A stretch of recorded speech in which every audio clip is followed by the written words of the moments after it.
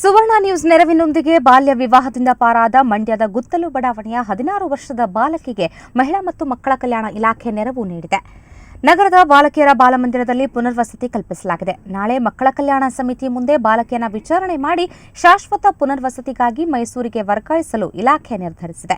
ಬೆಂಗಳೂರಿನ bar owner 40 ವರ್ಷದ ವೆಂಕಟೇಶ್ ಎಂಬಾತ ಗಂಡು ಮಗು ಬೇಕು ಅಂತ ಈಕೆಯನ್ನ ಆದಿಚುಂಚನಗಿರಿಯಲ್ಲಿ 2ನೇ ಮದುವೆ ಆಗೋಕೆ ಸಿದ್ಧತೆ ಮಾಡಿಕೊಂಡಿದ್ದ. ತಂದೆ ತಾಯಿ ಇಲ್ಲದ ಈಕೆಗೆ ಚಿಕ್ಕಮ್ಮ ಕೂಡ ಬಲವಂತವಾಗಿ ಮದುವೆ ಮಾಡಲು ಮುಂದಾಗಿದ್ಲು. ಈ ಸಂದರ್ಭದಲ್ಲಿ ಬಾಲಕಿಗೆ ಸುವರ್ಣ ನ್ಯೂಸ್ ನೆರವು ನೀಡಿತು.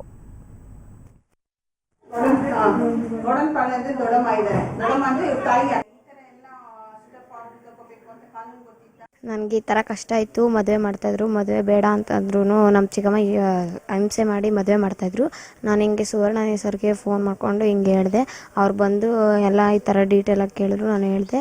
ತಿರ್ಗಾ ಅವರು ಆಶ್ರಮದ ಬಾಲಮಂದಿರದಲ್ಲಿ ಇರಿಸಿದ್ದಾರೆ. ಅಧಿಕಾರಿಗಳೆಲ್ಲ ಬಂದಿದ್ದರು. ಹಿಂಗೆಲ್ಲ ಹೇಳಿದೆ ನನ್ನ ಕಷ್ಟನ. ಅವ್ರು ಇಲ್ಲಿ ಬಂದು ಇಲ್ಲಿ ಇರಿಸಿದ್ದಾರೆ ಬಾಲಮಂದಿರದಲ್ಲಿ. ನಾನು ಇಲ್ಲೇ ಇರ್ತೀನಿ. ಊಟ ತಿಂಡಿ ಎಲ್ಲ ಕೊಟ್ಕೊಂಡು ಚೆನ್ನಾಗಿ ನೋಡ್ಕೊತಾ ಇದ್ದಾರೆ. ಮುಂದೆ ಇಲ್ಲೇ ಇರ್ತೀನಿ. ವಸತಿ ಮತ್ತು ರಕ್ಷಣೆಗೋಸ್ಕರ ತಾತ್ಕಾಲಿಕವಾಗಿ ನಮ್ಮ ಬಾಲಿಕೆಯರ ಬಾಲಮಂದಿರ ಮಂಡ್ಯದಲ್ಲಿ ಇರಿಸ್ಕೊಂಡಿದ್ದೀವಿ. ಬುಧವಾರ ನಾಳೆ ನಮ್ಮ ಮಕ್ಕಳ ಕಲ್ಯಾಣ ಸಮಿತಿಯನ್ನು ಹಾಜರುಪಡಿಸಿ ನಾಳೆ ತೀರ್ಮಾನ ಏನಾಗುತ್ತೋ ಆ ತೀರ್ಮಾನದಂತೆ ಅವ್ರಿಗೆ ನಾವು ಸರ್ಕಾರದ ಸವಲತ್ತುಗಳು ಏನು ಸಿಗುತ್ತೋ ಅದನ್ನು ನಾವು ರಕ್ಷಣೆಯನ್ನು ಕೊಡುವ ಜವಾಬ್ದಾರಿ ಆಗಿರುತ್ತೆ. ಮೈಸೂರಿಗೆ ಕಳಿಸ್ತೀವಿ.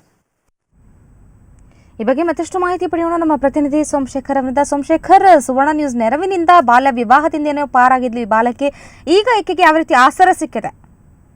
ಶ್ವೇತಾ, ಮಂಡ್ಯ ನಗರದ ಏನು ಗುತ್ತಲು ಬಡಾವಣೆಯ ನಿವಾಸಿಯಾದಂತಹ ಏನು 16 ವರ್ಷದ ಈ ಬಾಲಕಿ ನಾಳೆ ಆದಿಚುಂಚನಗಿರಿನಲ್ಲಿ ಬೆಂಗಳೂರಿನ ಬಾರ್ ಓನರ್ ಆದಂತಹ 40 ವರ್ಷದ ಏನು ವೆಂಕಟೇಶ್ ಎಂಬಾತ 2ನೇ ಮದುವೆ ಆಗೋದಕ್ಕೆ ಮುಂದಾಗಿದ್ದ. ಈ ಸಂದರ್ಭದಲ್ಲಿ ಈ ಯುವತಿ ಸುವರ್ಣ ನ್ಯೂಸ್ ನೆರವನ್ನ ಕೋರಿತು. ಏನು ಈಗ ಹುಡುಗಿಯ ನೆರವಿಗೆ ಏನು ಕೋರಿಕೆಗೆ ಸ್ಪಂದಿಸಿದಂತ ನಮ್ಮ ಸುವರ್ಣ ನ್ಯೂಸ್ ಈಗ ನಿನ್ನೆ ಈ ಹುಡುಗಿಯನ್ನ ತನ್ನ ಚಿಕ್ಕಮ್ಮನ ಮನೆಯಿಂದ ರಕ್ಷಣೆ ಮಾಡಿ ಇಲಾಖೆಯ ವಶಕ್ಕೆ ನೀಡಿತು. ಇವಾಗ ತಕ್ಷಣ ಈಗ ಮಂಡ್ಯದ ಏನು ಬಾಲಕಿಯರ ಬಾಲಮಂದಿರದಲ್ಲಿ ಅಂದ್ರೆ ಮಹಿಳಾ ಮತ್ತು ಮಕ್ಕಳ ಕಲ್ಯಾಣ ಇಲಾಖೆಯ ವಶದಲ್ಲಿ ಈಗ ಹುಡುಗಿದೆ. ಏನು ಇಲಾಖೆಯ ವಶದಲ್ಲಿರ್ತಕ್ಕಂತ ಬಾಲಕಿಯರ ಬಾಲಮಂದಿರದಲ್ಲಿ ಈ ಹುಡುಗಿಗೆ ಪುನರ್ವಸತಿಯನ್ನ ಕಲ್ಪಿಸಲಾಗಿದೆ.